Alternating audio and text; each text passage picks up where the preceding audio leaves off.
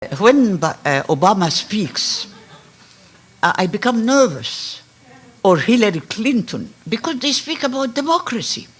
And tonight, in this Women's Summit in the Millennium Hotel, I attended a session with Condoleezza Rice and Madeleine Albright, the two horrible. I hope they are not easy for you there. Yeah. Why did you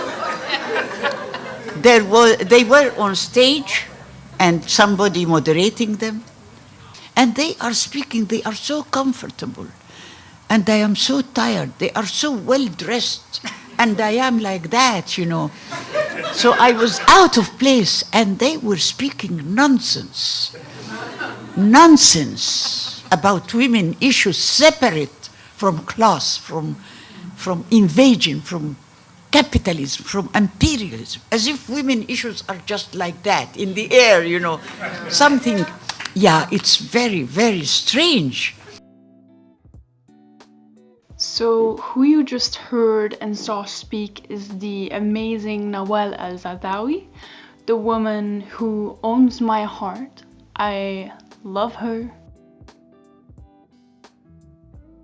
Nawal el Saadawi is an Egyptian feminist thinker, writer, organizer, and revolutionary who was born in 1931 in a rural village in Egypt. Though I'm sure she has considered herself to be a writer all of her life, before she started to gain recognition from her writing, she went to medical school, became a medical doctor, and spent much of her life and her research looking into the influence of sexual oppression on Arab women and Egyptian women's mental health. For anyone who would like more information on her incredible life, I would recommend her autobiography, which is actually the work that I first got to know Nawal el Saadawi through. And I actually loved it so much that I committed to learning the Arabic alphabet and started crying 2 times while I was reading this on a train. And I sent a DM to the publishers, to Z Publishing, telling them how much I loved the book and thanking them for publishing them. So it really is an amazing book, and I would recommend all of you to read it if you're interested in her life and knowing more about her.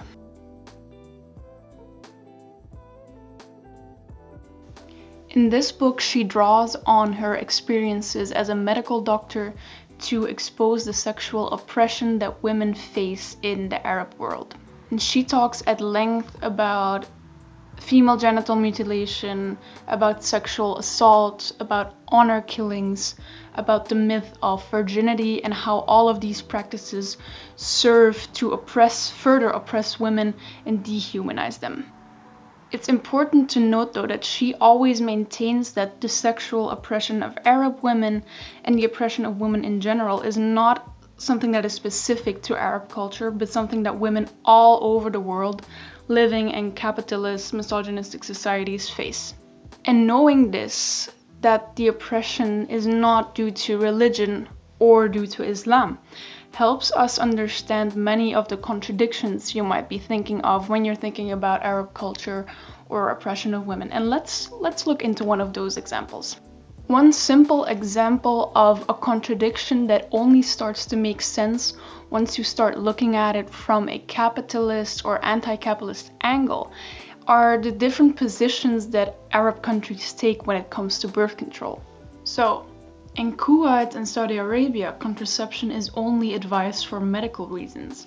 However, in other countries like Egypt and Tunisia, the government is carrying out a family planning program.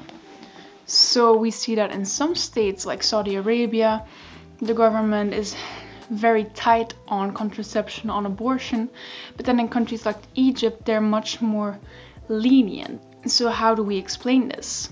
The position taken by Arab countries on a question of birth control varies according to population size and growth rates, and their relationship to production and the economic and material resources in the country. And to once again prove that this is not an Arab issue, or that this heavy policing of women's bodies is not specific to Arab culture, you can think of many examples. Like, we've seen abortion restrictions in the USA in the past year that were horrible, But I also had to think of China. You know, growing up, many of us heard about China's one-child policy that they instituted at the end of the 70s, I think, because they noticed or they thought that if the government didn't do something or didn't interfere, they would have massive famine and just catastrophe would ensue. So they said, okay, we're going to forcibly sterilize and force abortions on women because we just do not need more people, and bad things will come if we don't do this. But what China noticed in 2016 is that their population was now becoming too old and they needed new people, new babies, a new workforce. And so the old propaganda was just repeated but with 2 children. And so the one-child policy was replaced by a 2-child policy. And this is really brutal because this one-child policy and the forced sterilization and forced abortions must have traumatized millions and millions of women and cost the lives of many girls. So you can see how, according to the needs of the government, they change their policy wherever they see fit, in China, just as they do in America, just as they do in Arab countries like Egypt.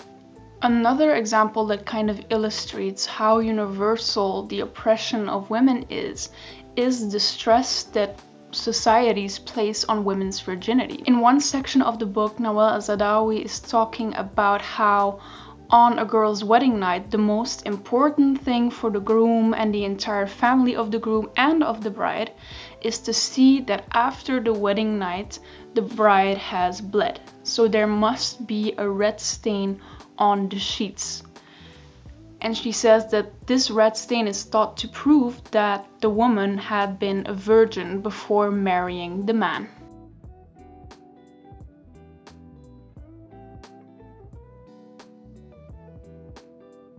And if this red stain doesn't show up, the family's entire honor is ruined and the girl could risk being ostracized from her family or even killed.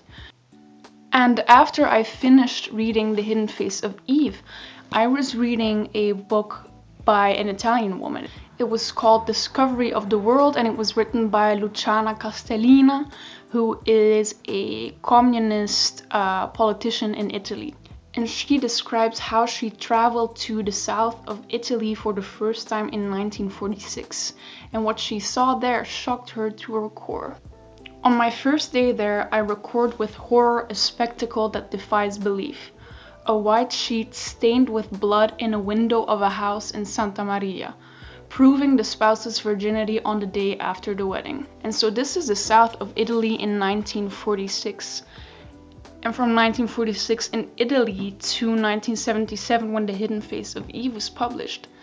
It's really not a lot of time between those two events. And so you can see again, we might think of these issues as far removed from countries like Italy, from Western Europe, but they are far more familiar than we might admit or that we might have known. Like, I didn't know that this was a thing in Italy until I, by chance, happened to read Luciana Castellina's book. And we could also ask ourselves why this focus on virginity. Could, again, an anti-capitalist analysis help us here? Yes, very much so. She says that living in a capitalist society, as a result, what applies to objects or instruments or commodities in general applies to a woman. She possesses more value when she is new, or in other words, young, a virgin who has not been made use of before. Her value drops with previous use, previous marriage, or previous sex. After the first chapter, in which she kind of analyzes and delves into issues like genital mutilation, the problem of virginity and how it is tied up to the honor of a family, she then has a more historical chapter in which she goes into the history of Islamic thought on sexuality and so on. Perhaps one of the greatest distortions from which the history of the human race suffers is the fact that it has been written from the point of view of the rulers and not of the peoples who have been ruled. As a result, it is mainly a reflection of the interests of the ruling class as against the toiling people over whom they dominate, and a reflection of the interests of men over those of women. And so in this chapter, she's kind of reclaiming history and showing that Arab women and Arab men as well have always resisted misogynist imperialist rule. And one example she gives is that 1400 years ago, with the beginning of Islam, women in the Arab world had a kind of linguistic victory that women in Germany nowadays are still fighting for. She says, the masculine gender was used by the Quran in the earliest stages to indicate both men and women. The Arab women objected to this, saying, we have become Muslims just as you have, and we have done just what you did. Yet you are mentioned in the Quran and we are not. For people in those days were all called Muslims, just with the masculine word. Whereupon Allah started to mention in the Quran, Inna al-Muslima, the masculine, wal-Muslimat, the feminine. She then also goes into the history of Islamic thought on sexuality, and she argues that Islam's approach to sexuality has always been more scientific and more progressive than that of the Bible. One of the striking differences between Western and Islamic thought in relation to sex was in the diametrically opposed attitude of each to the question of sexual satisfaction. In Islam, sexual satisfaction, and not sublimation or suppression, was considered more conducive to liberating men and women's full capacity to work, to concentrate, and to create in the fields of human endeavor, whether related to the affairs on the earth or those in heaven. And so rightfully, I think, she notes that here, Islam is in agreement with the modern schools of psychology, which maintain that sexual satisfaction is a necessity for intellectual and cultural activity and creation.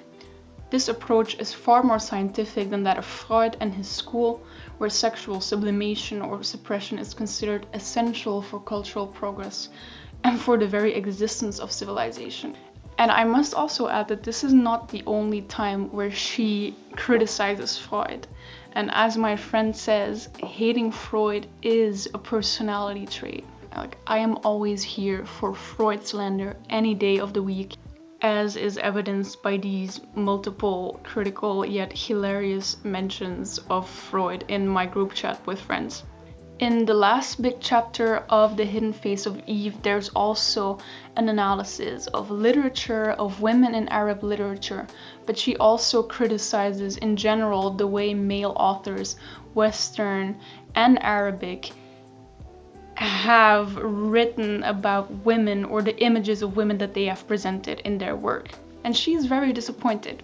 She roasts Freud, Tolstoy, Schopenhauer, Chekhov, Naguib Mahfouz, and she says that among the male authors I have read, both in the West and in the Arab world, irrespective of the language in which they have written or of the religion from which they have come, not one has been able to free himself from this age-old image of women handed down to us from an ancient past, no matter how famous many of them have been for their passionate defense of human rights, human values, and justice, and their vigorous resistance to oppression and tyranny in any form. They have not been able to penetrate the crucial area of sexual and moral tragedy in the life of women, and have therefore been incapable of expressing anything really worthwhile on the subject. I think I'll leave it at that. If you want to read anything worthwhile on the subject, I would highly recommend anything by Nawal el Saadawi. I have this novel, Woman at Point Zero, but I think her autobiography is also an amazing starting point. I hope you look into her, watch some interviews, read a book, and I'll see you in my next video. Bye!